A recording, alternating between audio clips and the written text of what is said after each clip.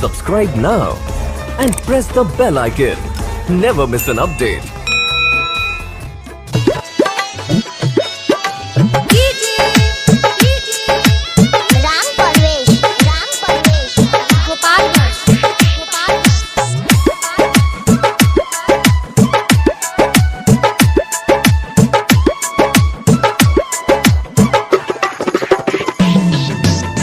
लेके आइला बानी हे देवी मैया हथवा में पूजा के थाल जी हो खोलिना के बढ़िया मैया ऐनी दुआरिया हो गईले भोरा बिनु सार जी। लेके आइला बानी हे देवी मैया हथवा में पूजा के थाल जी।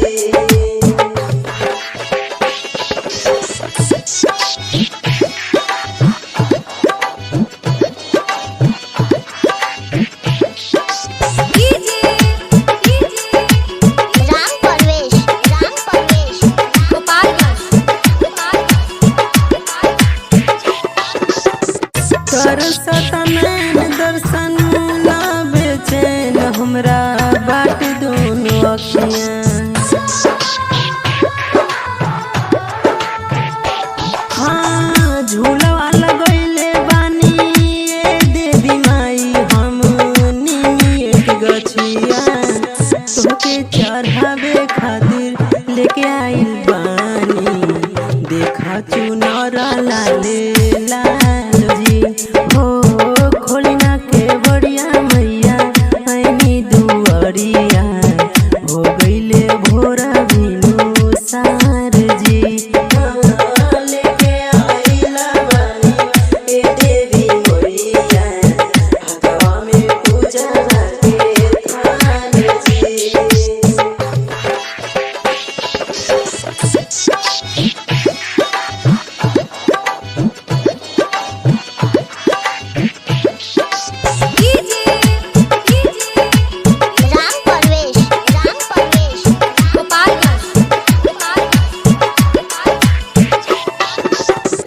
सूरज अमित करे तो से राजमाई सुनीला पुकार हो